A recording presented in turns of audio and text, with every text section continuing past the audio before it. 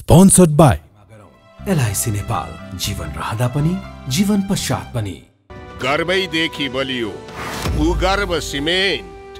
मेरो देश मेरो जगदम्बा सिमेन्ट। गुणस्तरीय प्लम्बिङको भरपर्दो नाम मार्बल।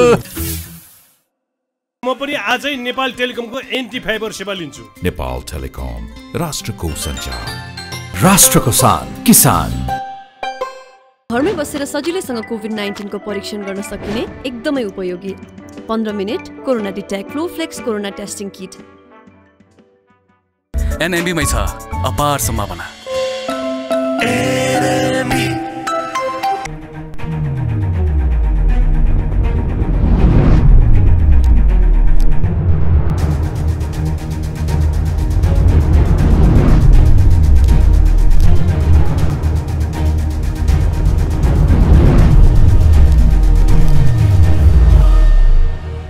नमस्कार आदि दर्शक, आजको जनता जान्न चाहन्छन् कार्यक्रम हामी समग्र देशको शिक्षा नीतिको बारेमा, राजनीतिको बारेमा, निर्वाचनको बारेमा, कोरोनाको बारेमा, भ्रष्टाचारको बारेमा, कुशासनको बारेमा, देशभरि यतिखेर जनताहरू समस्यामा छन् र जनताहरूको समस्याको बारेमा आज हामी गहिरोमा गएर समीक्षा गर्दैछौँ। प्रधानमन्त्री शेरबहादुर देउवा चौतर्फी दबावमा पर्नु भएको छ। प्रचण्ड र माधवका नेपालले गठबन्धनलाई निरन्तरता दिनुपर्छ र सहकार्य गर्नुपर्छ, निर्वाचनसम्म तालमेल गरेर जानुपर्छ भनेर प्रस्ताव राखिरहँदाखेरि प्रधानमन्त्रीलाई पार्टीभित्रैबाट गठबन्धन अब निरन्तरतामा जान सक्दैन, गठबन्धनलाई तोड्नुपर्छ, अब कङ्ग्रेस एक्लै निर्वाचनमा जानुपर्छ भनेर दबाब बढेको छ।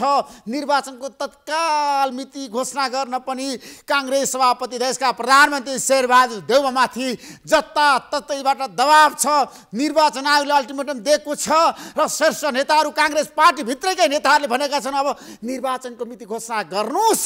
तर प्रधानमन्त्रीलाई चाहिँ अहिले कसको समर्थन छ त? तत्काल निर्वाचन नगर्नको लागि, स्थानीयताको निर्वाचन सार्नको लागि प्रचण्डको, माधवका नेपालको, उपेन्द्र यादवको, बाबुराम भट्टराईको र रामचन्द्र पौडेल, केशवप्रसाद सेटौडाको साथ छ। मलाई तत्काल स्थानीयताको निर्वाचन नगर्ने, अब सङ्घको निर्वाचन गर्ने, प्रतिसभाको निर्वाचन गर्ने, मक्सिरमा यदि सहमति हुन्छ भने तिनैताको निर्वाचन एकैपटक गर्ने। त्यसैले प्रधानमन्त्री यतिखेर परामर्शमा हुनुहुन्छ, विभिन्न पक्षसँगले कुराकानी गरिरहनु भएको छ। आज राष्ट्रपति विद्यादेवी भण्डारीलाई पनि उहाँले भेट्नु भएको छ। शीतल निवासमा गएर प्रधानमन्त्री र राष्ट्रपतिको बीचमा के कुराकानी भयो त? राष्ट्रपतिले भन्नुभयो तत्काल चुनावको मिति घोषणा गर्नुहोस् र वैशाखमै स्थानीयताको निर्वाचन गर्नुहोस्, संविधानसम्म तपाईँ अगाडि बढ्नुहोस् भनेर आज राष्ट्रपतिले प्रधानमन्त्रीलाई भन्नुभएको छ। र प्रधानमन्त्रीले भन्नुभएको छ म छलफल गरिरहेको छु र म सबै दलका शीर्ष नेताहरूसँग कुराकानी गरेर सबै पक्षको चाहिँ विचार सुनेर कानुनविदहरूसँग पनि मैले परामर्श गरिरहेको छु, अनि मात्रै म चुनावको बारेमा निर्णय लिन्छु भनेर प्रधानमन्त्रीले बताउनु भएको छ। निर्वाचन आयोग र प्रधानमन्त्रीको बीचमा आज पनि कुराकानी हुन सकेन। त्यसैले प्रधानमन्त्रीलाई राष्ट्रपतिको दबाब चुनावको मिति घोषणा गर्नको लागि स्थानीयताको निर्वाचन वैशाखमै गर्नुपर्छ भनेर यतिखेर प्रधानमन्त्री दबाबमा हुनुहुन्छ। पार्टीभित्रबाट पनि दबाबमा, बाहिरबाट पनि दबाबमा, नागरिक समाजले पनि चुनावको मिति घोषणा गर्न प्रधानमन्त्रीलाई दबाब दिइरहेको छ। प्रधानमन्त्री चाहनुहुन्छ तर गठबन्धनलाई उहाँ तोड्न चाहनुहुन्न, गठबन्धनलाई निरन्तरता दिनको लागि भए पनि उहाँले तत्काल कुनै निर्णय गर्न सक्नु भएको छैन। आज हामी यसबारेमा विशेष रूपमा खुलासा गर्दैछौँ र निर्वाचनको विकल्प छैन, निर्वाचन गर्नै पर्छ। त्यसैले हामी निर्वाचनको बारेमा आज धेरै कुरा बोल्न चाहँदैनौँ। 5 दलीय गठबन्धनको उच्चस्तरीय राजनीतिक समन्वय समिति पनि यतिखेर बेकामी भएको छ। समितिले कुनै काम गर्न सकेको छैन। रामचन्द्र पौडेल संयोजक हुनुहुन्छ, उहाँ संयोजक भएको 3 महिना भयो। रोटेसनमा चाहिँ नेतृत्व परिवर्तन गर्ने भनेर भनिएको थियो, अझै पनि नेतृत्व परिवर्तन भएको छैन। राजनीति समिति पनि कुनै समस्याको समाधान गर्न नसक्ने समितिको रूपमा पङ्गु भइसकेको छ। आज हामी यस बारेमा पनि चर्चा गर्न चाहन्छौँ र हामीसँग धेरै विषयवस्तु छन्। आज जनताको एजेन्डाको बारेमा, हामी भ्रष्टाचारको बारेमा विशेष रूपमा बहस गर्न चाहन्छौँ। जताततै भ्रष्टाचार बढेको छ, काण्डै काण्ड यतिखेर छत्ताछुल्ल भएर आउन थालेको छ।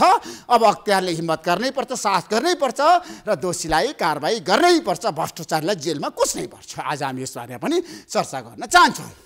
र आज हामी राष्ट्रिय सभाको निर्वाचन पछिको परिणामको बारेमा यतिखेर छलफल जारी छ। एमालेलाई ठुलो धक्का लागेको छ।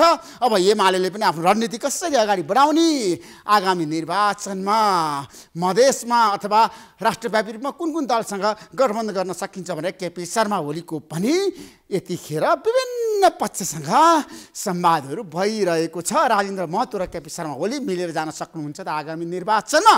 महन्त ठाकुर र केपी शर्मा ओलीको भेषमा अब सहमति र सम्झौता, चुनावमा गठबन्धन कति सम्भावना छ, हामी यसबारे पनि चर्चा गर्न चाहन्छौँ।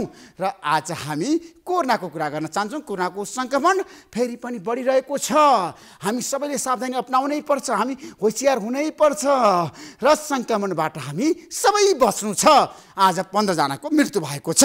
यसबारे पनि आज हामी धेरै गहिरोमा गएर समीक्षा गर्न चाहँदैनौँ।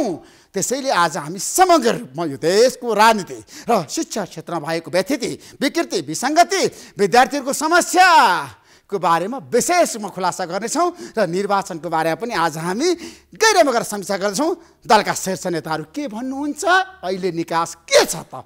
केही समयको विश्रामपछि आउनेछु, प्रतीक्षा गर्नुहोस्।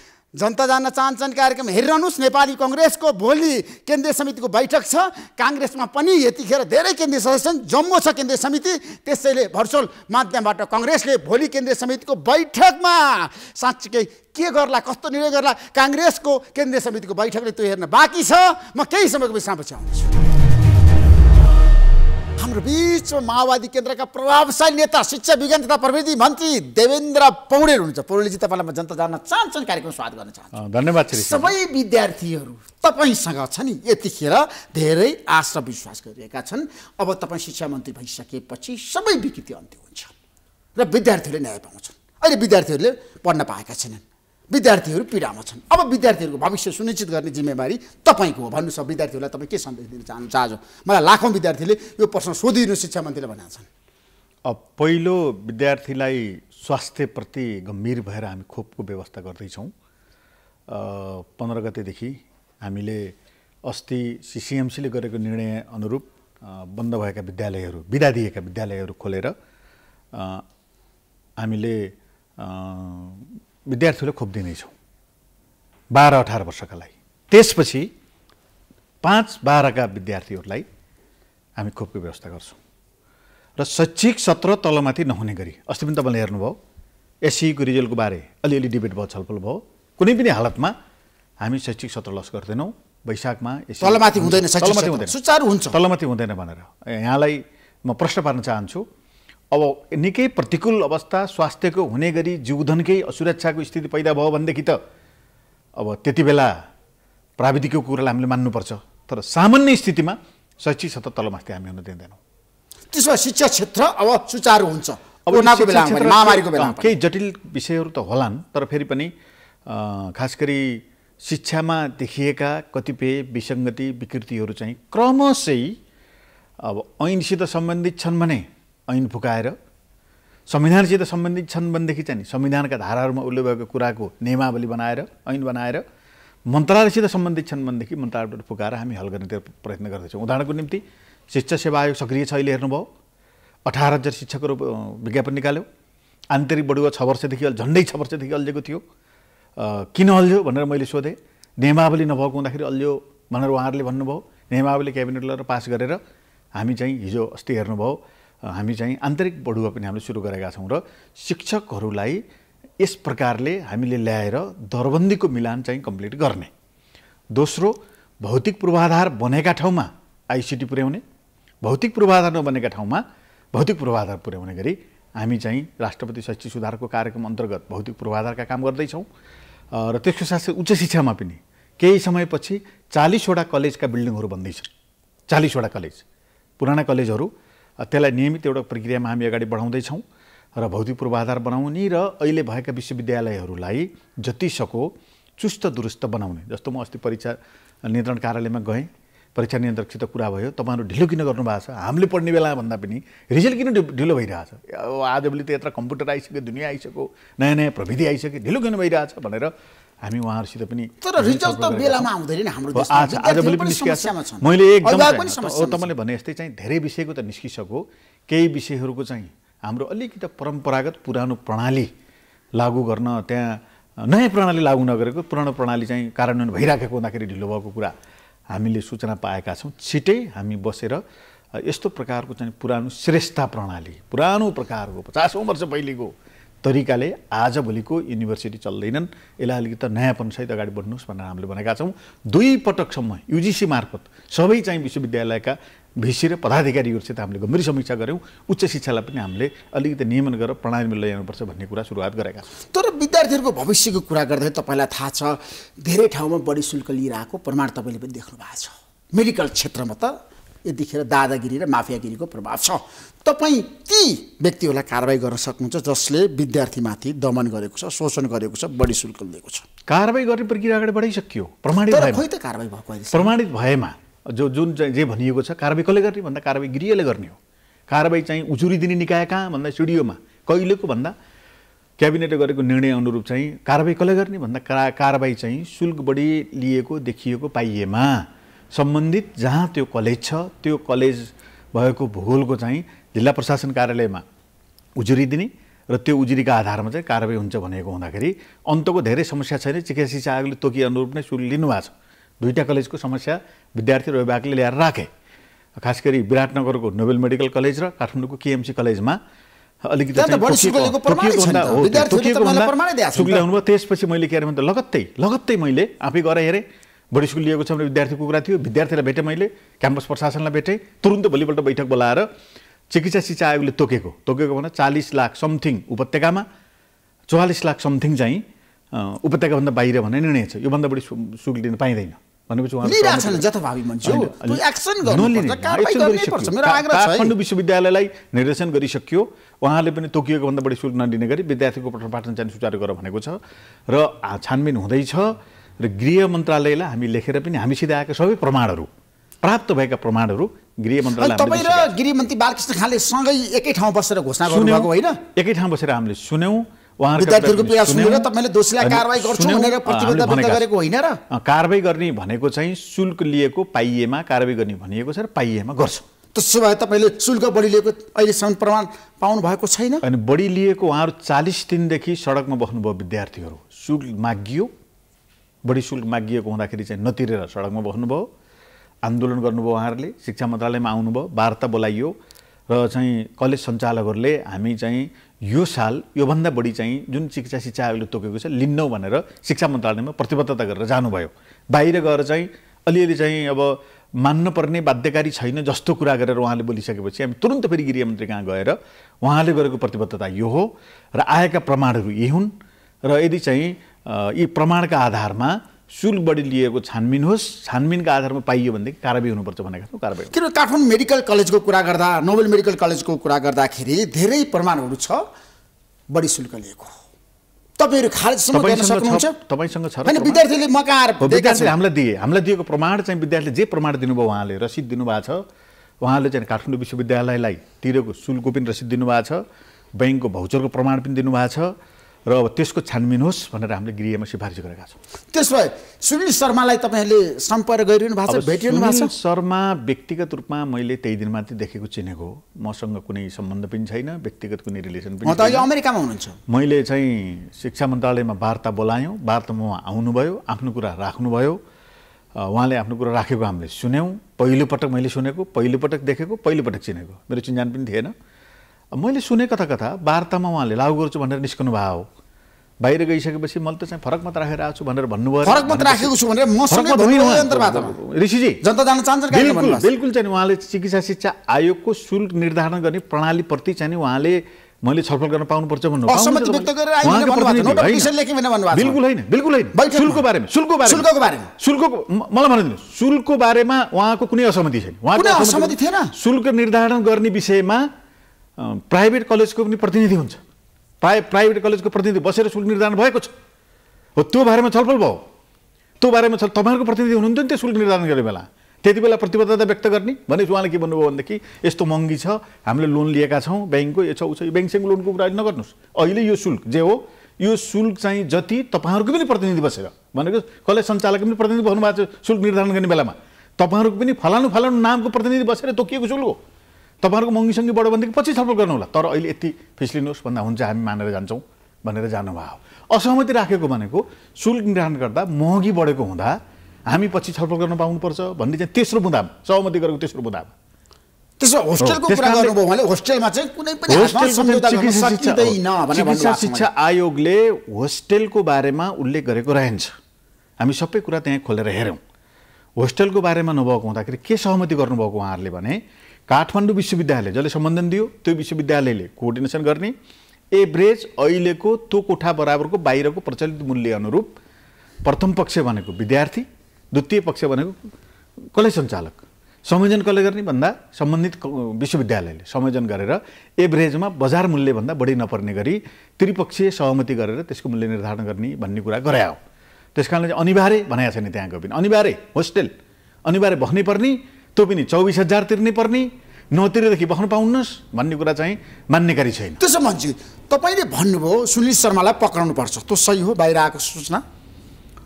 अब मैले चाहिँ मैले करिब अब यदि यो हो भनेदेखि अब नाम त तपाईँले लिइहाल्नु नाम लिइहाल्नु भयो। त नाम लिएको पात्रको बारेमा जे कुरा उठेको छ यी आएका रसिदहरू, भनेका कुराहरू, बोलेका कुराहरू यदि हुन् भनेदेखि चाहिँ सिडिओ कार्यालयले छानबिन गरोस्, गृहले छानबिन गरेर चाहिँ एक्सन गरोस् भनेर मैले भनेको। तपाईँले एक्सन गरोस् भनेकै हो भनेको। त्यसो मन्जु तपाईँलाई थाहा छ उहाँमाथि दुर्व्यवहार भयो अरे शिक्षा मन्त्रालयमा, कालोमुसो दलियो रे? त्यो जानकारी छैन मलाई। त्यो विषय चाहिँ उहाँ एकदम सौहार्द वार्ता भएको, वार्ता चाहिँ तपाईँको यदि सौहार्द भएको भन्ने कुरा छलफल त एकदम गम्भीर डिस्कसन भयो र चाहिँ कलेज सञ्चालकहरू मात्रै एक्लै हुनुभयो उहाँहरूको पक्षमा। चिकित्सा शिक्षा आयोग एकातिर, अभिभावक एकातिर, शिक्षा मन्त्रालय एकातिर, स्वास्थ्य मन्त्रालय एकातिर, स्वास्थ्य मन्त्रालयको प्रतिनिधि पनि हुनुहुन्थ्यो। त्यहाँ भइसकेपछि उहाँहरूको उपाय नभएर हामी पालना गर्छौँ भनेर उठ्नुभयो। त्यस कारण कुनै दुर्व्यवहार भएको छैन। अब वार्तासार्ता सकेर आइसकेपछि उहाँको कसैसित त्यहाँ अलिअलि गजाङगुजुङ ताना भयो अरे भन्ने मैले सुने, तर उहाँलाई कालोमसो लाग्यो भन्ने पनि मलाई जानकारी छैन। अलिअलि गेटमा निस्कने बेलामा केही विद्यार्थी सङ्गठनका साथीहरूले उहाँमाथि दुर्व्यवहार गर्नुभयो अरे भन्ने चाहिँ मैले पछि जानकारी पाएँ। तर वार्ता निकै सौहार्द रूपमा भएर तपाईँले हेर्नुभयो भने एउटा क्लिप आफै सुनिल शर्मा बोलेका छन्, क्लिप खोजेर हेर्नु होला। वार्ता सौहार्दपूर्ण भयो, हामी प्रतिबद्ध छौँ भनेर थोरै उहाँले बोल्नुभएको छ। बोलिसकेपछि अलिअलि गजाङगुजुङ भएको कुरा मैले जानकारी पछि पाएँ, तर त्यहाँ वार्ता सौहार्द रूपमै भयो। त्यसो भन्छु लाखौँ विद्यार्थी यतिखेर विदेशमा पढ्छन्, उच्च शिक्षा हासिल गर्न गएका छन् नेपालको, तर कतिपय विद्यार्थीले पैसा तिरे भर्ना भए अहिले न जापान न अस्ट्रेलिया न युरोप कहीँ पनि जान्न पाएर ठुलो समस्या भोगेर उनीहरू नेपालमै बसिरहेका छन्। त्यतितिर तपाईँको ध्यान गएको छ? ध्यान गएको छ। आजै पनि मेरो कुरा भएको थियो, आजै पनि हाम्रो चाहिँ हातमा भिसा छ, कुरो जापानमा चाहिँ भर्ना भइसक्यो, तर जापानमा जानको निम्ति पैसा पनि तिरेर बस्नुभएका विद्यार्थीहरू आउनुभएको थियो मन्त्रालयमा। हामीले तुरुन्तै चाहिँ एउटा पत्र बनाएर कुराकानी गर्ने भनेका छौँ। यो चाहिँ हाम्रो नेपालको शिक्षा मन्त्रालयको वा सम्बन्धित शाखाको मात्रै समस्या नभएर यो संसारभरि कोभिड पेन्डेमिकको अलिकति चाहिँ प्रभावका कारणले आवत जावतमा असहजता भएर मात्रै हो, नत्र त्यस्तो केही पनि छैन। खालि हामीले रोकेको भनेको युक्रेनको रोक्यौँ। अस्ति हामी समीक्षा गऱ्यौँ, युक्रेनमा गम्भीर प्रकारको गडबडी भएको र त्यहाँ चाहिँ एनओसी लिएर जाने विद्यार्थीहरूको हकमा नेपाली नागरिकको चाहिँ सुरक्षाको निम्ति केही समय त्यहाँको चाहिँ वातावरण निकै प्रतिकूल, अरू हामीले केही पनि भनेका छैनौँ। वातावरण नभए अलिकति चाहिँ आएका न्युजहरू हेर्दाखेरि अहिले त्यहाँ उपयुक्त छैन पठाउनु भनेर हामीले त्यहाँ रोकेका छौँ, अन्त रोकेका छैनौँ। पेन्डेमिकको स्थिति अलि सहज हुँदा बित्तिकै होइन जापान सरकारसँग तपाईँले कुराकानी गर्नु भएको छैन? राजदूतावासमा तपाईँले पत्र लेख्नु भएको छैन? गरिसकेका छौँ। हजारौँ नेपाली विद्यार्थीहरू सहज भइसकेपछि एकचोटि चाहिँ गइसक्नुभयो विद्यार्थीहरू जानुहुन्छ, हामी कुरा गर्छौँ। उनीहरूले पैसा तिरेका छैन, त्यो टेन्सनै लिनुहोस्। करोड रुपियाँ त्यो चाहिँ विद्यार्थीहरूको जिम्मा उहाँले पैसा तिरेपछि हामी लिन्छौँ। कोभिडको स्थिति यो यहाँको मात्रै कुरा होइन, आउट जाउतको निम्ति जुन जुन देशमा चाहिँ समस्या परेको छ त्यहाँको चाहिँ एउटा सहज स्थिति बनिसकेपछि लान्नम चाहिँ हामी त्यसलाई चाहिँ डिस्टर्ब गर्छौँ भन्ने उहाँहरूले पनि भन्नुभएको छैन। सहजतापूर्वक चाहिँ हामी यसको म्यानेजमेन्ट गर्छौँ, तर यो कोभिडका कारणले अलिकति केही जटिलता भयो भन्नुभएको छ, हामी हल गर्छौँ। त्यसो जापान सरकारसँग तपाईँ कुराकानी गरेर कुरा गर्छौँ। मैले भन्दा पनि विद्यार्थीहरूलाई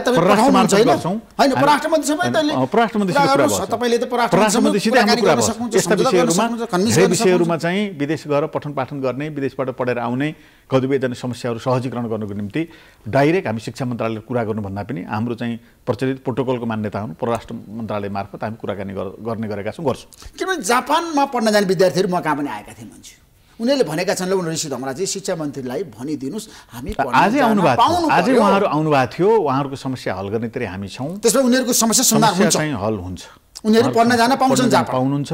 आजको चाहिँ 21औं शताब्दीमा अब शिक्षा प्राप्त गर्नुको निम्ति एक देशबाट अर्को देशमा जान पाउने प्रचलित चाहिँ कानुनको व्यवस्था अनुरूप पढ्न जान पाउनुहुन्छ। खालि यो पेन्डेमिकको चाहिँ स्थिति कसरी बढ्छ भनेर दोहोरो तेस्रो लहर संसारभरि देखिएको हुँदाखेरि अलिअलि झिकझाक भएर अल्झिएको स्थिति हो। उहाँहरूको चाहिँ तिरेको पैसाको सुरक्षण हामी चाहिँ गर्छौँ। त्यसमा पढ्नको लागि चाहिँ विद्यार्थीहरू विदेश जान्छन्, तर धेरै समस्या भोग्नु परेका छन्, त्यति तपाईँको ध्यान जान्छ। धेरै पैसा लिने, अस्तव्यस्त छ, पढ्न नपाउने बेलैमा बिचौलियाहरूले चाहिँ विद्यार्थीहरूलाई बिचौलिए पारिदिने। प्रमाणित गर्नुहोस्, बिचौलियाहरू चाहिँ ले विद्यार्थीलाई राज्यले तोकेको पढ्न ठाउँमा स्वीकृति दिएको, शिक्षा मन्त्रालयले एनओसी दिने निर्णय गरेर एनओसी प्राप्त गरेका ठाउँमा बिचौलिया बा, दलाल बा, त्यस्तै प्रकृतिका चाहिँ माफिया भन्ने पनि चलन छ, शैक्षिक माफिया। तिनीहरूबाट चाहिँ त्यस्तो प्रकारको ठगी भएको चाहिँ जानकारी आएमा शिक्षा मन्त्रालयले उचित कदम चाल्छ। तर मलाई केही प्रश्नहरू छ भन्छु, तपाईँले एकदम अध्ययनशील भएर हेरिदिनुहोस्, सुनिदिनुहोस्, बुझिदिनुहोस्, किनभने तपाईँ शिक्षा क्षेत्रको समस्या समाधान गर्न शिक्षा मन्त्री बन्नुभएको छ। विद्यार्थीको, शिक्षकको, सबैको, देशको शिक्षा क्षेत्रमा आमूल परिवर्तन होस् भन्ने तपाईँको चाहना छ नि त। एउटा असल व्यक्तिको रूपमा तपाईँ शिक्षा मन्त्रीको रूपमा जनताको बिचमा रहिरहनुपर्छ। मेरो प्रश्न कहाँनिर भन्दाखेरि नेपालमा 109वटा संस्थामा छ नि नर्सिङ पढाइ हुन्छ, तर कतिपय ठाउँमा छ नि मापदण्ड पनि बनाइन्छ र विश्वविद्यालय र सिटिभिटीले एउटै कोर्स पढ्न नपाउने नियम किन ल्यायो भन्नुहोस् त, के कारण? जनता जान्न यो चाहिँ तपाईँले भनेको यो विषय दर्जनौँ पटक हामीले बैठक बसाल्यौँ र आजभन्दा 2 वर्ष पहिले चिकित्सा शिक्षा आयोग बन्यो र आयोगले ऐन बनायो। ऐनले के व्यवस्था गर्यो भनेदेखि 100 बेड आफ्नो भनेर चाहिँ खोलेका बाहेक अरूमा चाहिँ यो विषय पढ्न नपाइने भनेर चिकित्सा शिक्षा आयोगको चाहिँ ऐन सक्रिय भइसकेपछि यहाँले भनेको समस्या भएर अहिले हामी चाहिँ त्यो खुलेका आफ्नै भनेर खुलेका 25वटा कलेजमा नर्सिङ, ब्याचलर नर्सिङ चाहिँ पढाइ सुरु भएको छ, भर्ना प्रक्रिया सुरु बढ्यो। तर अब यहाँले भने जस्तै चाहिँ आफ्नै भनेर नखुलेर अन्य रूपमा गरेका र 100 बेड नपुर्याएको हकमा ऐनमा गरेको व्यवस्थाका कारणले ऐन चाहिँ कहाँबाट बन्छ भन्ने यहाँलाई थाहा छ। ऐन त चाहिँ पार्लियामेन्टबाट बन्छ, पार्लियामेन्ट चाहिँ को स्थिति तपाईँले बुझ्नु भएको छ। त्यस कारणले हामीले त्यो ऐनले चाहिँ रोकेको हुँदाखेरि ती सबै कलेजलाई स्वीकृति दिन सकेनौँ।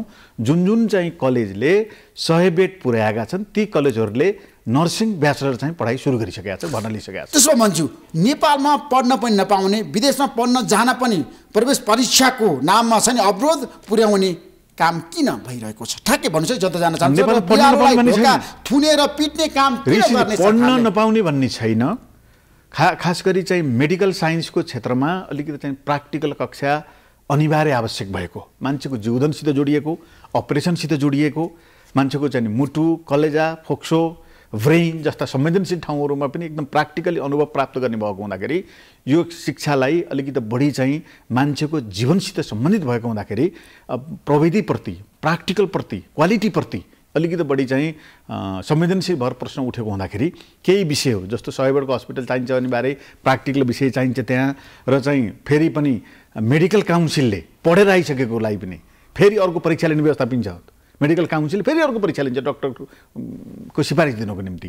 यो किन गरिएको भनेदेखि मान्छेको जीवनको कुरा, त्यो डक्टर चाहिँ क्वालिफाइड हुनुपर्छ, बरु थोरै होस्, र त्यो क्वालिफाइड भएको डक्टरले मात्रै बिरामीको चाहिँ यस प्रकारका सम्बन्धित ठाउँमा उसले उपचार गरेर चाहिँ व्यक्तिको जीवनलाई सहज गर्न सक्छ भन्ने तर्क हामीले चाहिँ गम्भीरतापूर्वक सुन्नुपर्छ। त्यो कारणले अलिकति बढी चाहिँ यो ऐन सक्रिय भयो। ऐन सक्रिय हुँदाखेरि यो पढाइ हुने सबैलाई नियमन गर्यो। त्यस कारणले अलिकति भद्रगोल प्रकारले पहिले जता पनि जसले पनि पढाउन पाउने प्रणालीले अलिकति नियमन गरिएको हो। त्यो कारणले चाहिँ अलिअलि घटेको चाहिँ हो, तर पढ्नै पाइँदैन भन्ने कुरा होइन। अस्ति पनि विदेशीले समेत यहाँ कक्षा दिए, के अरे परीक्षा दिए नि त एमडीको, अरूले पनि त्यहाँ पढिरहेछन्, पढ्नै पाइएन भन्ने कुरा होइन। विदेशमा पढ्न जान नपर्ने गरी तपाईले नेपालको शिक्षा क्षेत्रमा के सुधार गर्नुभयो भन्नुस्? त्यसमा चाहिँ नेपाली चाहिँ विदेशमा पढ्न जान नपर्छ, अलि चाहिँ खुकुलो गरेर अलि धेरै संख्यामा चाहिँ पढ्न पाउनुपर्छ भन्ने चाहिँ माग छ। त्यो बारेमा हामी गम्भीर समीक्षा छलफल गर्दैछौँ, तर फेरि पढ्नै पाइएन भन्ने कुरा होइन। त्यसमा अब नेपालीहरू चाहिँ नि स्वदेशमै पढ्न चाहन्छन्, क्वालिटी एजुकेसन कुरा गर्दाखेरि हामी कति सफल हुन्छौँ? जस्तो स्वदेशमै शिक्षामा चाहिँ विश्वास गर्न सक्ने वातावरण किन बनेर?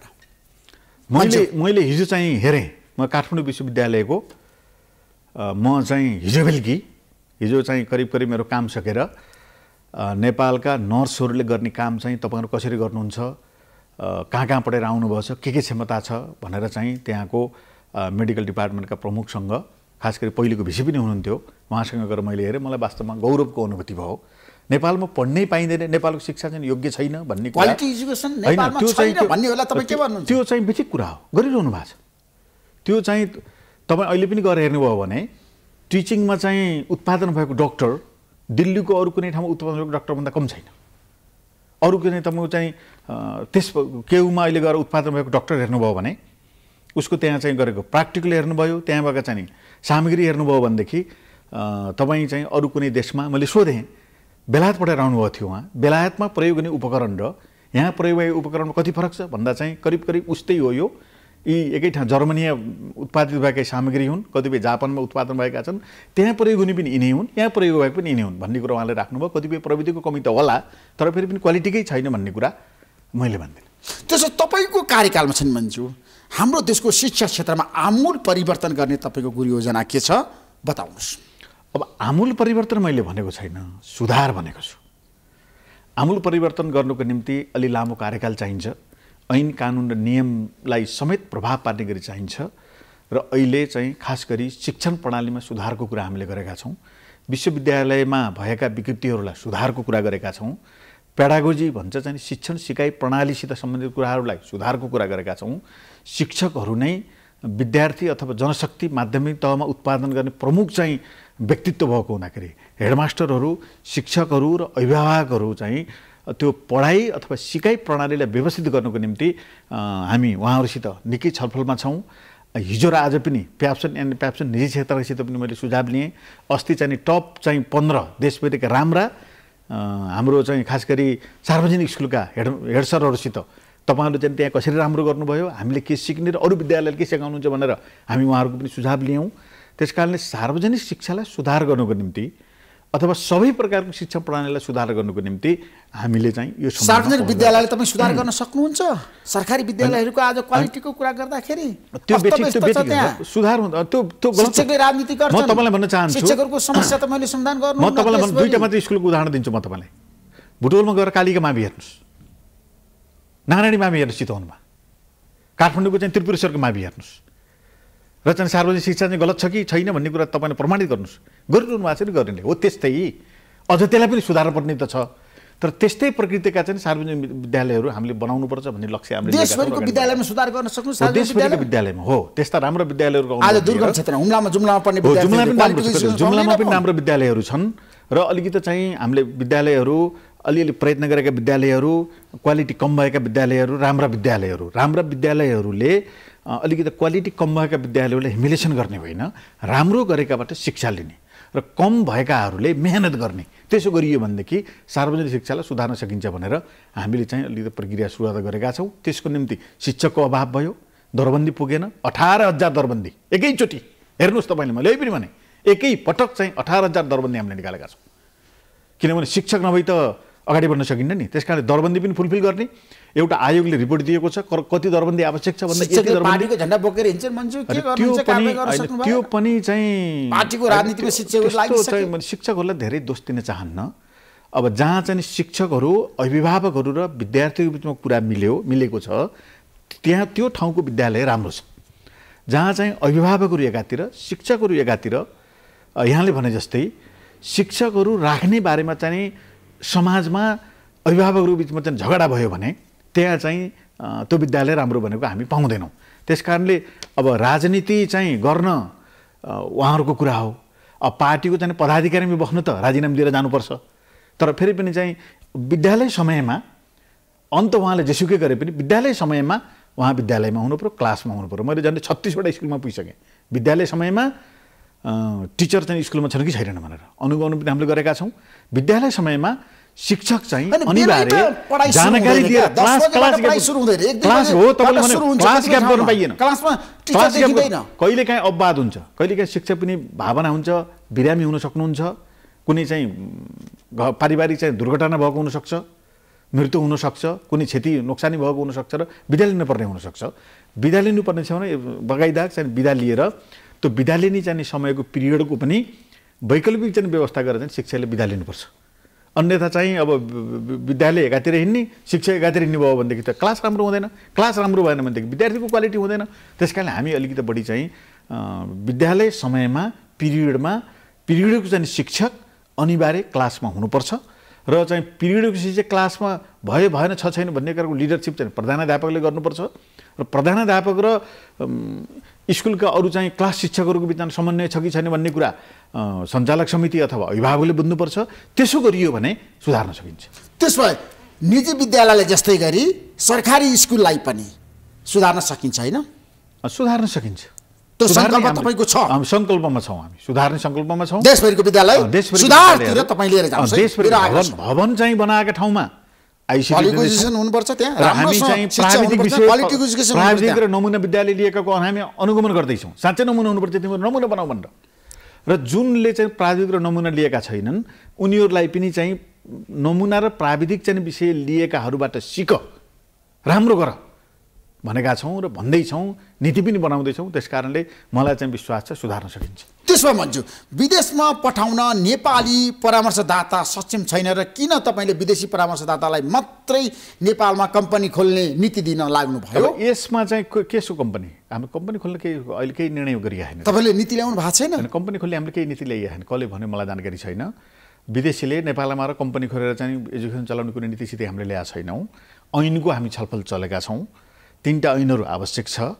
उच्च शिक्षा ऐन, प्राविधिक ऐन र चाहिँ सङ्घीय शिक्षा ऐन आवश्यक छ। ऐनको बारेमा हामी छलफल चलाएका छौँ। विभिन्न विषयहरूमा विज्ञहरूसित हामीले सुझाव परामर्शहरू लिएका छौँ र यहाँले भने जस्तै अब कतिपय फेसनको रूपमा बाहिर विदेश जाने चलन पनि छ। ठुल्ठुला नाम चलेका युनिभर्सिटीमा पढ्न जान चाहनेको हकमा स्वाभाविक हो। आजभोलिको 21औं शताब्दीमा नेपाल जस्तो देशले चाहिँ हामी मात्रै सक्षम छौँ र ठुलो कुरा गरेर ठुल्ठुला विश्वविद्यालय नेपालीले पढ्न चाहन्छन् भनेदेखि रोक्ने कुरा हुँदैन।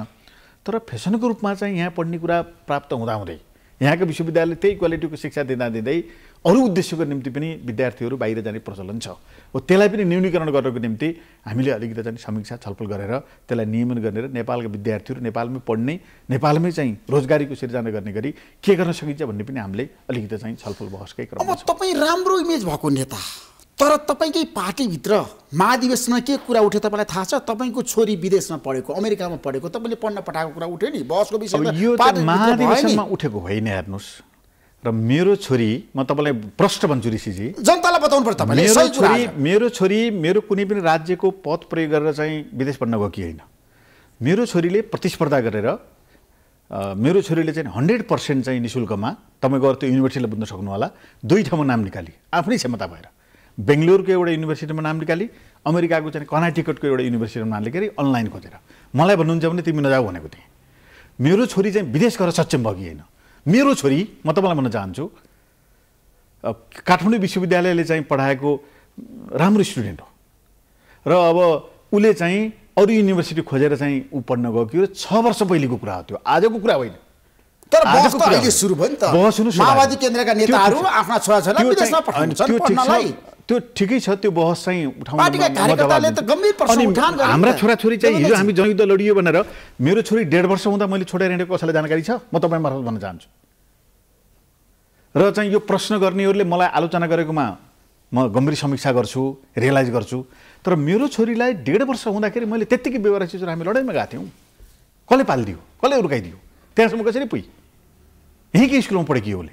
किनभने तपाईँहरू जनताको कुरा गर्नुहुन्छ, आफ्नो छोराछोरीलाई त्यसमा आउँदैछु। त्यस कारणले आलोचना गर्ने साथीहरूलाई ठिक छ, म आउँदैछु। आलोचना गर्नेको प्रतिवाद होइन, आलोचना गर्ने साथीहरूलाई नमस्कार पनि छ, धन्यवाद छ। तपाईँहरूले खबरदारी गरेको हुँदाखेरि हामी सार्वजनिक व्यक्तित्वहरूको परिवारको बारेमा खोजीनीति गर्नुभएकोमा आभार पनि प्रकट गर्न चाहन्छु। तर म जनयुद्ध लड्ने भने मेरो छोरीछोरीले पढ्न नपाउने, कहीँ पनि पढ्न नपाउने, सक्षम हुन नपाउने, आजभोलिको 21औं शताब्दीमा प्रतिस्पर्धा गर्नु पर्दैन। मेरो कारणले छोराछोरीहरू रिलेटिभहरू चाहिँ भिक्टिम हुनुपर्ने, पढ्न नपाउने, त्यस्तो पनि हुन्छ कहीँ? त्यो त अलोकतान्त्रिक चाहिँ गरिजिमको कुरा। ओडाएर बस भन्ने, मैले जङ्गल बसेँ तिमी भन्ने, म जहाँ हुर्कियो थिएँ त्यही घर तिमी गाउँमै गएर बस भन्ने, उसले अहिलेको युग अनुसार पढ्न लेख्न प्रतिस्पर्धा गर्न नपाउने, म पोलिटिकलमा लागेको कारणले त्यस्तो चाहिँ हुँदैन। तर फेरि पनि सार्वजनिक व्यक्तित्वहरू हो, म शिक्षा नीतिको विरोधी हुनुहुन्छ। सार्वजनिक भएका मान्छेहरूले आफ्नो परिवारको बारेमा खुला चाहिँ पारदर्शी हुनुपर्छ, जानकारी दिनुपर्छ भनेर बिदामा आएकी त्यहाँको चाहिँ बिदामा आएकी छोरी चाहिँ बिदा हुँदाखेरि मैले फोटो हाले हो। त्यति धेरै भयानक चाहिँ कमेन्ट गर्ने विषय पनि होइन। कुनै राज्यको चाहिँ स्रोत साधन दुरुपयोग गरेर बा भनेर बा कहीँ के मलाई त भिसा दिन्न अमेरिकाले, मेरो छोरीलाई दिन्छ? मन्त्री बनाउन भिसा दिन्न अमेरिकाले। त्यसकारणले त्यो चाहिँ कुनै राज्यको दुरुपयोग गरेर मैले गराए होइन। फेरि पनि हामी जस्ताका चाहिँ छोराछोरी विषय पढ्दा राम्रो मेसेज गएन, नेताहरूले ख्याल गर्नुपर्छ, यस्तो नेताहरूबाटै सुधारको प्रक्रिया सुरु हुनुपर्छ भन्ने कुरालाई नेताहरूले चाहिँ आफ्ना छोराछोरीलाई विदेशमा पढ्न पठाउने अनि ठुलो कुरा गर्ने भन्नेहरु पनि त्यसलाई मैले गम्भीरतापूर्वक लिएको छु र मैले छोरालाई भने आऊ तिमी फर्क, यो प्रश्न उठ्यो, तिमी एउटी मात्रै मेरो छोरी हौ, तिमी चाहिँ नेपाल आएर फर्केर यहीँ सङ्घर्ष गर भनेको छु मैले। मान्छे आउँछ। अब लागौँ राजनीति विषयवस्तुतिर लागौँ। 5 दलीय गठबन्धन धरापमा पर्यो राष्ट्रिय सभाको निर्वाचनपछि हो। तपाईँलाई के लाग्छ? परेको छैन धरापमा। कसले भन्यो धराप पर्यो? कांग्रेस पार्टीभित्र दबाब छ त शेरबहादुर देउवालाई। अलिअलि चाहिँ यो गठबन्धन चाहिँ अलि टुटफुट भयो भनेदेखि कहीँ कतै अर्कै खिचडी पकाउनु पाइन्छ कि भन्नेहरूको बिचमा गजाङगुजुङ होला। तर 5 दलीय गठबन्धनका चाहिँ संस्थागत हिसाबले तपाईँ भन्नुभयो भने कहीँ पनि त्यस्तो दरार परेको छैन। यो गठबन्धन टुट्यो भने चुनाव भाँडिन्छ। हेर्नुहोस् चुनाव कसले गर्छ? अर्को कुन सरकार बन्छ? अर्को सरकार बन्ने स्थिति पनि नभएको अवस्था। चुनावको समयावधि यो सालभित्रमा सबै प्रदेशको पनि सङ्घको पनि स्थानीयको पनि सकिने। स्थानीयको चुनाव 3 पटक भएको छ, 3टा मितिमा भएको छ। कुन मितिलाई सकिएको मिति मान्ने भन्ने कुरा मात्रै पो नगर्नेमा त कसले भनेको छ र? वैशाख 31 लाई मानेर जानुपर्छ बटमलाइन भनेर धेरै भनेका छन्। स्थायीताको निर्वाचन तलमाथि गर्ने कुन दिन गर्ने भन्ने कुरा चाहिँ कानुनविधले सल्लाह गर्ने हो। तर 1 वर्षभित्रमा सबै चुनाव गर्छ भनेर प्रधानमन्त्री बोलिसक्नुभयो त। त्यही हो गठबन्धनको दृढता। र 1 वर्षभित्रमा हुने सबै प्रतिका चुनावले जुन परिणाम दिन्छ, जसलाई चाहिँ जुन ठाउँमा जनताले मताधिकार प्रयोग गरेर चाहिँ लोकतन्त्र प्रयोग गरेर व्यक्त गर्छन् त्यसैमा सबै बस्ने हामी त्यही बस्छौँ न। नयाँ सरकार आउँछ। तर वैशाखमै तपाईँले चुनाव गर्न के समस्या छ भन्छु तपाईहरुलाई? त्यसमा दुईटा कुरा तपाईँ ख्याल गर्नुहोला। 2 महिना ऐनले के भन्छ भनेदेखि समय भएको चाहिँ 2 महिना पहिले नै चुनाव घोषणा गर्नुपर्छ भन्ने कुरा लेखिएको रहेछ। त्यसो हो भने चैत 5 गते भन्नु पर्थ्यो, जेठ 5 गते समय सकिन्छ। सिफारिस चाहिँ के हो भनेदेखि निर्वाचन आयोगले जेठमा गर्यो, वैशाखमा गर्यो। अनि 3 पटक चुनाव भएछ उसको चाहिँ ऐनमा चाहिँ कुनलाई मान्ने भन्ने कुरा लेखिया छैन। वैशाखमा सकिएकोलाई मान्ने कि अथवा जेठ 5 भित्र सकिनेलाई, असोजकोलाई मान्ने कि भन्ने कुरा लेखिया छैन। त्यसकारणले कानुनविधि सल्लाह गरेर कुनमा टेक्ने भन्ने कुरा निर्वाचन आयोगसित पनि निरन्तर सम्पर्कमा रहने र कानुनविधिसित पनि सल्लाह गरेर चाहिँ यो डेटको चाहिँ टुङ्गो लगाउने भन्ने कुरा गठबन्धनमा छलफल भएको हो। तर चुनाव नगर्ने, चुनाव सार्ने, चुनाव धकेल्ने र चाहिँ तपाईँको यसलाई लम्ब्याउने भन्ने कसैको चाहिँ चाहना पनि छैन, केही पनि छैन। त्यसकारणले चाहिँ वैशाखमै निर्वाचन गराउन सक्छ सरकारले। कानुनी कुरा चाहिँ हेरेर यदि चाहिँ ऐनले कानुनले तोके अनुरूप नै र चाहिँ हाम्रा कानुनविदहरू जसले अलि संविधानको मरमर स्पिड बुझ्नु भएको छ, ऐनको पनि स्पिड बुझ्नु भएको छ, उहाँले दिएको चाहिँ सुझाव अनुरूप कुनलाई चाहिँ डेटलाई मान्ने भन्ने कुराको टुङ्गो लाग्यो भनेदेखि चुनाव हुन्छ कि नहुन्छ। तर तपाईँहरू चुनावलाई खालि प्रयोग मात्रै गर्नुहुन्छ, तपाईँहरूको साध्य होइन नि त चुनाव त होइन, आवश्यकता होइन नि। यो प्रणालीमा आइसकेपछि चाहिँ हुन त हामी चाहिँ सैद्धान्तिक वैचारिक हिसाबले अर्कै कुरा पनि गर्ने गर्छौँ। त्यो अलिकति दूरदराजको कुरा हो, सैद्धान्तिक कुरा हो। तर व्यावहारिक रूपमा यो प्रणालीमा आइसकेपछि चुनावमा जाने, प्रतिस्पर्धा गर्ने, अहिलेको चाहिँ प्रचलित चाहिँ कानुन ऐनभित्र बसेर जनताको बिचमा लोकतन्त्रको चाहिँ भरपुर प्रयोग गर्ने लोकतान्त्रिक प्रणालीले आत्मसात गर्ने कुरामा हामी प्रतिबद्ध छौँ। तर प्रचण्ड र माधव नेपाल चाहिँ यतिखेर चुनाव नगर्ने पक्षमा हुनुहुन्छ अरे शेरबहादुरलाई दबाब दिँदै हुनुहुन्छ। कसले भन्यो? बाहिर त्यही चर्चा छ। याद कुरा हो त्यो। तपाईँलाई थाहा छैन? मलाई थाहा छैन। मलाई थाहा छैन खोइ माधव र प्रचण्डले चुनाव नगर्नुहोस् भनेर धकेल्नु। शेरबहादुरले भनिरहनु भएको छ चुनावको मिति घोषणा नगर्नु। चुनावका 3टा मोडेलहरूको कुरा भएको। एकैपटक गरौँ कि 3टै चुनाव जस्तो सङ्घको र प्रदेशको एकैपटक चाहिँ अलग अलग बाक्स राखेर अलग अलग चाहिँ मतपत्र छापेर एकैपटक प्रचार गरेर निर्वाचन आयोगको व्यवस्थापनमा 2टा चुनाव त एकैचोटि गरियो नि त। यदि मिल्छ भने त्यसमा बुथ चाहिँ बढाएर स्थानीयलाई पनि जोडेर एकैपटक गर्दा के हुन्छ भन्ने एउटा प्रश्न उठेको। खर्च पनि कम हुने, प्रचार पनि एकैपटक हुने, तल र माथिको चुनावको प्रभाव चाहिँ पनि मतदातालाई प्रभावित हुन नपर्ने। त्यस कारण स्वायत्ततापूर्वक चाहिँ मतदाताले एकैपटक चाहिँ आफ्नो मताधिकार चाहिँ प्रयोग गर्न सक्ने स्थिति हुन्छ भने एकैपटक गर्दा के हुन्छ भन्ने कुरा पनि उठेको हो। त्यो प्रस्ताव चाहिँ भएको हो। दोस्रो चाहिँ सङ्घको पहिला गरौँ कि भन्ने प्रस्ताव पनि भएको हो। तेस्रो चाहिँ यो 3 पटक स्थानीय तहको चुनाव भएको हुँदा कुनलाई चाहिँ मान्ने र चाहिँ कसरी जाने भन्ने कुरा पनि चाहिँ भएको हो। त्यस कारणले यी विषय भएका हुन् तर चुनाव नगर, चुनाव धकेल, चुनाव चाहिँ स्केप गर भन्ने कुरा भएको भन्ने कुरा चाहिँ याद प्रचार भए केही पनि। तर लोकतन्त्रमा आवधिक निर्वाचन अनिवार्य आवश्यक होइन। आवधिकको समय सिद्धियो। हेर्नुहोस् आवधिक चाहिँ सर्वोच्च अदालतको फैसला छ नि। सङ्घीय निर्वाचन त चाहिँ यो फुल फेज चल्न पाउने भनेर सर्वोच्च अदालतले फैसला गरिसक्यो नि। बरु आवधिक चाहिँ भन्दा पनि यो सरकारले ऐनमा गरेको व्यवस्था अनुरूप चाहिँ जति समय चाहिँ ऐनमा व्यवस्था छ, सरकारले चाह्यो भनेदेखि यदि सार्ने अथवा 2 महिना भन्ने त्यहाँ उल्लेख छ, स्थानीयको हकमा 6 महिना भन्ने पनि त्यहाँ चाहिँ सङ्घको हकमा तलमाथि भन्ने पनि सायद भयो जस्तो मलाई लाग्छ। तपाईहरु स्थानीय ऐन परिवर्तन गर्दै हुनुहुन्छ? अनि अहिले कसले गर्ने ऐन परिवर्तन हामी गर्दै छैनौँ। त्यसकारणले संशोधन गर्दै हुनुहुन्छ तपाईहरु? त्यो कुरा चाहिँ हो, त्यही हो। संशोधन भनेको के हो भने 2 महिना पहिले स्थानीयको भन्यो हो, ऐनले भनेको अनुसार जानियो भनेदेखि चैत 5 गते हुनुपर्छ। चैत 5 गते अब सम्भव त छैन। वैशाखमा सिफारिस गरौँ, वैशाख 12 र चाहिँ 25 कि कहिले भने सिफारिस गरेको छ त्यहाँ। त्यसकारणले हामीले अहिले भनेको भनेदेखि ऐन चाहिँ यहाँनिर प्रष्ट पारेर ऐन जुन अस्पष्ट छ, अस्पष्ट भएको कुरालाई चाहिँ प्रष्ट गर्ने गरी अगाडि बढाउँ भने हो। ऐनको केही धाराहरू तपाईहरु परिवर्तन गर्दै हुनुहुन्छ? चुनाव नगर्नलाई, चुनाव सार्नलाई, चुनाव धकेल्नलाई यो ऐनको चाहिँ विषयमा छलफल गर्नु, प्रष्ट गर्नलाई, बुझिने गरी गर्नलाई, नखुलेको कुरा खुलाउनलाई र चुनाव गर्नुको निम्ति। त्यसमा स्थानीय गर्न खोजे प्रतिनिधिहरूको कुरा गर्दाखेरि, स्थानीय सरकारको कुरा गर्दाखेरि जनप्रतिनिधि बिन हुँदैन स्थानीय तह अब तपाईहरुको कार्यकालमा? जनप्रतिनिधि नगर्ने गरी यो कुरा चलेको। जनप्रतिनिधि अलग अलग समयमा चुनाव भएको हुँदाखेरि पहिलोलाई मानियो भने अथवा दोस्रोलाई मानियो भने, तेस्रोलाई मानियो भने जनप्रतिनिधि बिन हुन्छ कि हुन्न भन्ने कुराको प्रसङ्गसहित ऐन हेरेको हामीले, ऐन पढेको, ऐन पल्टाएको, कानुनविदलाई अझै व्याख्या गर्नुहोस् भनेको। त्यसकारणले खाली नहुने गरी ऐनले गरेको व्यवस्था अनुरूप प्रष्ट हुने गरी यो वर्षभित्रमा सबै चुनाव गर्नुपर्छ भन्ने कुरा सरकार क्लियर छ। मक्सिरभित्र 3 तहको निर्वाचन हुन्छ त? 3 तहको निर्वाचन हुन्छ। पहिला प्रतिनिधि सभाको हुन्छ कि स्थानीय तहको हुन्छ? त्यो चाहिँ अहिले नै मैले भन्न सक्दिनँ, छलफल चलेको छ। मैले भनिसकेँ नि 3टा मोडेलको बारे छलफल चलेको छ, तर यो सालभित्रमा सबै चुनावहरू हुन्छ। 3 तहको निर्वाचन एकै पटक हुन सक्छ? सक्छ, मलाई सोध्नुहुन्छ त्यो सम्भावना छ? किन सक्दैन, कि सक्छ नि त। 2टा त गरिसक्नु, मैले भनिसकेँ। त्यहाँ अर्को बाक्स थाप्ने र अलिकति मतदाताहरूलाई सहजीकरण गर्नको निम्ति चाहिँ बुथ ठाउँहरू चाहिँ बढाइदिने गरियो भनेदेखि सक्छ। किन एकजना मतदाताले 9 ठाउँमा मतदान गर्नु सक्यो त? अस्ति 2 ठाउँ त गरेन, अब 3 ठाउँ गर्छ। अस्ति गरायो होइन र? अझ गठबन्धनका हुँदाखेरि अलग अलग चिन्ह पनि हेरेर मान्छे यति सचेत छन् नि त। अहिले केही अपवाद बाहेक त्यो त निर्वाचन आयोगले प्रशिक्षण दिने हो, दलहरूले प्रशिक्षण दिने हो, नमुना मतपत्र छापेर जनताका घर घरमा पुर्याउने, यसरी गर भनेपछि त चाहिँ गरिहाल्छ नि जनताले। शेरबहादुरले चुनाव सार्ने सम्भावना छैन, चुनाव नगर्ने सम्भावना छैन। चुनाव चाहिँ अदालतको मान्यता, कानुनको मान्यता, संविधानको मान्यता, संविधानको स्पिरिट अनुरूप चाहिँ तोकिएकै समयमा जनप्रतिनिधिहरू खाली हुने गरी सार्ने काम हुँदैन। जनप्रतिनिधि हुने गरी नै प्रक्रियाका हिसाबले चाहिँ चुनाव हुन्छ। त्यसो राष्ट्रिय सभाको निर्वाचन तपाईहरु जसरी मिलेर जानुभयो नि, त्यसै गरी तपाईहरु आगामी निर्वाचनमा जान सक्नुहुन्छ 5 दल? अब यो एक ठाउँमा साझा उम्मेदवार तय गरेर पनि विषय के हो भनेदेखि यो सरकारको कन्टिन्यू बिना अर्को सरकार बनाएर चुनावतिर जाने सम्भावना रहँदैन यो बिचमा। त्यसकारणले अब हुने चुनाव जो 1 वर्षभित्र हुने भनिएको छ, 1 वर्षभित्र हुने चुनावको टुङ्गो लगाएर त्यसको नेतृत्व गर्ने भनेको यही सरकारले। यो सरकार चुनावसम्म रहने भएपछि स्वतः यो सरकारको अपेक्षा, गठबन्धनको अपेक्षा भनेको चाहिँ चुनावमा सँगै जाने गरी हुन्छ। तर अब तालमेल कहाँ हुन्छ हुँदैन भन्ने कुरा त्यति बेला तालमेल हुन्छ कि महत्त्वपूर्ण ठाउँमा नेताहरूको लागि जहाँसम्म लाग्छ अब गठबन्धनको स्पिरिटमा अहिलेसम्म बुझ्दाखेरि कहीँ न कहीँ निर्वाचन चाहिँ तालमेलमै जाने कुरा चाहिँ मैले बुझेको छु।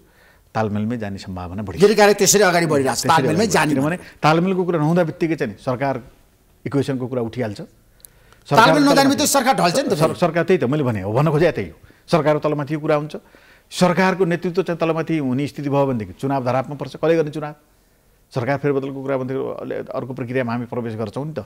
त्यसो भएको हुँदा सम्भवतः मैले बुझेअनुसार चाहिँ यो गठबन्धनले चुनावसम्म सकुशल जाने र चुनावपछि प्राप्त हुने परिणाम जे देखिन्छ त्यसका आधारमा यदि सँगै चुनावमा तालमेल गरेर गइएन भने गठबन्धन धरापमा पर्छ, सरकार पनि धरापमा पर्छ।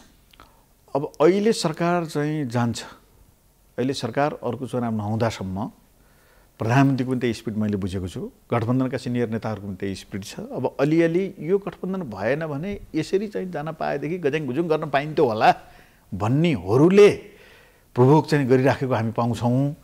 तर फेरि पनि गठबन्धनमा भएको 5 दलको चाहिँ स्पिरिट भनेको चाहिँ यो गठबन्धनलाई जोगाएर निर्वाचनसम्म सकुशल पुर्याउने नै भएको हुँदा गठबन्धन जान्छ। त्यसो भए ठ्याक्कै हामी अब निष्कर्ष पुग्नुमा छौँ। तपाईँको पार्टीको महाधिवेशन भएको आज 1 महिना पुग्न लागिसक्यो। तपाईँ नेतृत्व चयन गर्न सक्नुहुन्न, महासचिव चयन गर्न सक्नुहुन्न, उपाध्यक्ष चयन गर्न सक्नुहुन्न। तपाईँको पार्टी त भताभुङ्ग लथालिङ्ग भयो नि। सिम्पल कुरा हो चाहिँ हामी गर्छौँ। महाधिवेशनपछि लगत्तै कोभिड भयो, सिनियर नेताहरूलाई कोभिडले प्रभाव पर्यो। कोभिडको प्रकृति कुन रूपमा अगाडि बढ्छ भन्ने कुरा क्लियर थिएन। त्यसकारणले केन्द्रीय समितिको तोकिएको बैठक स्थगन गऱ्यौँ। अब अहिले कोभिड पनि मात्रा घट्दै गएको छ। 27 गते बैठक तोकिएको छ। अब सकेसम्म सहमतिका आधारमा, सकिएन भने चाहिँ निर्वाचन गरेर भए पनि यो चाहिँ हामीले पदाधिकारी मात्रै होइन, केन्द्रीय समितिका साथीहरूको कार्यविभाजन, जिम्मेवारीहरू, कतिपय प्रदेशमा केन्द्रीय सदस्यलाई जिम्मेवारी हामीले दिएका छैनौँ, प्रदेश कमिटीका साथीहरूको पनि केही पदाधिकारीहरू बाँकी छ। सबै कुरा हामी प्रक्रियामा निर्णय गर्छौँ। त्यसो भए महासचिवमा छ नि अब तपाईँको दाबी छैन? अब अहिले विज्ञापन गरेर म यो पदमा उठ्छु म भन्न तपाईँको बिचमा म आवश्यक ठान्दिनँ ऋषिजी। तर फेरि पनि माओवादी आन्दोलनको संस्थापक र सुरुदेखि लागेको हुँदाखेरि त्यस प्रकृतिका जिम्मेवारीहरू सम्हाल्न सक्ने हैसियत मैले पनि राख्छु। तर वर्तमान पुन र जनार्दन शर्माको बिचमा प्रतिस्पर्धा हुँदैछ भन्ने चर्चा छ। सहृदय मित्र हुनुहुन्छ, दुवैजनाले दाबी गर्नुभएको छ। उहाँहरूसित चाहिँ नजिकबाट चाहिँ छलफल चलेको छ। दावा चाहिँ उहाँले अलिअलि चाहिँ छिपछिपो तरिकाले मलाई दाबी चाहिँ स्ट्रङ चाहिँ भन्दा पनि छिपछिपो तरिकाले म पनि यो जिम्मेवारी प्राप्त गरेँ भने म पनि चाहिँ भूमिका निर्वाह गर्न सक्छु भन्ने कुरा राख्नुभएको चाहिँ स्वाभाविक हो। मैले जिम्मेवारी प्राप्त गर्न पाएदेखि मैले सम्हाल्थेँ भन्ने कुरा चाहिँ आकाङ्क्षा राख्नु चाहिँ अन्यथा होइन। दुवैजना मित्र हुनुहुन्छ।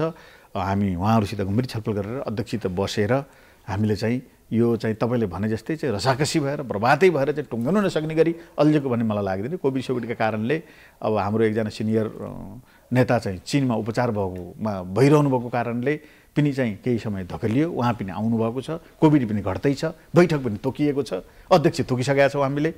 अध्यक्ष तोकेपछि त सजिलो भयो नि। अध्यक्ष 27 गते सबै कुरा टुङ्गिन्छ। पार्टीभित्रको विवाद हो। अब कोभिड चाहिँ पदाधिकारीहरू थप बढ्यो र चाहिँ अब सीसीएमसीको चाहिँ बैठक वा चिकित्सकहरूको सल्लाहले चाहिँ अलिकति प्रतिकूल अवस्था भयो, त्यसकारणले नगर भन्ने भएछ भने त हामी विकल्प सोध्छौँ। तर अन्यथा चाहिँ केन्द्रीय समितिको बैठक बसेर हामी टुङ्गो लगाउँछौँ। त्यसपछि श्रीकृष्ण गिरीमाथि आज आक्रमण भएछ नि, तपाईँले थाहा पाउनुभयो? मैले थाहा पाएँ। शिक्षक शिक्षा आयोगको अध्यक्ष त्यो चाहिँ कसैले नियोजित रूपमा गरेको हो भनेदेखि गम्भीर प्रकारको गल्ती हो। सरकारले अनुसन्धान गर्छ, छानबिन गर्छ। छानबिन होस्, छानबिनको निम्ति हामीले भनेका छौँ। र उहाँले कतिपय यो चाहिँ चिकित्सा क्षेत्रका चाहिँ समस्याहरूको बारेमा अलिकति नयाँ ढङ्गले सोचेर त्यसलाई नियमन गर्न खोज्नुभएको कुरा साँचो हो। तर त्यसप्रति चाहिँ दुराग्रह राखेर कसैले भौतिक रूपमा लक्षित गरेको छ भनेदेखि त्यो चाहिँ सही तरिका होइन। त्यस्तो प्रकारको सरकारले दोषीलाई कारबाही गर्छ। त्यस्तो प्रकारको निन्दनीय क्रियाकलापमा सहभागी हुनेहरूलाई हामीले कहीँ न कहीँ कानुनी दायराभित्र ल्याउँछौँ। Thank you so much Manju, धन्यवाद। महत्त्वपूर्ण समय दिनुभयो तपाईँलाई म धेरै धन्यवाद दिन चाहन्छु। नमस्कार। मेरा केही भनाइहरू राख्ने अवसर दिनुभएकोमा यहाँको यो टेलिभिजन परिवार र मेरो यो केही भनाइहरू सुनिदिनु भएकामा दर्शकहरूप्रति पनि हार्दिक कृतज्ञता प्रकट गर्न चाहन्छु। हस्, नमस्कार।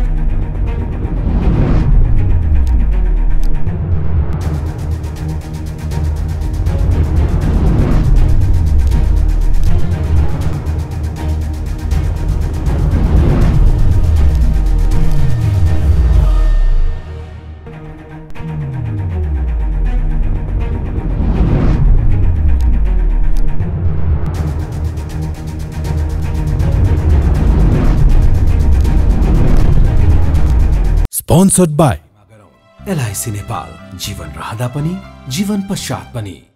गर्वैदेखि बलियो भूगर्भ सिमेन्ट। मेरो देश मेरो जगदम्बा सिमेन्ट। गुणस्तरीय प्लम्बिङको भरपर्दो नाम मार्बल।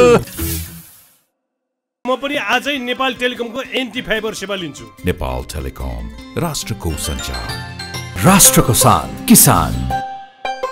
घरमै बसेर सजिलैसँग कोभिड-19 को परीक्षण गर्न सकिने एकदमै उपयोगी 15 मिनेट corona detect Flowflex corona testing kit. एनएमबीमै छ अपार सम्भावना।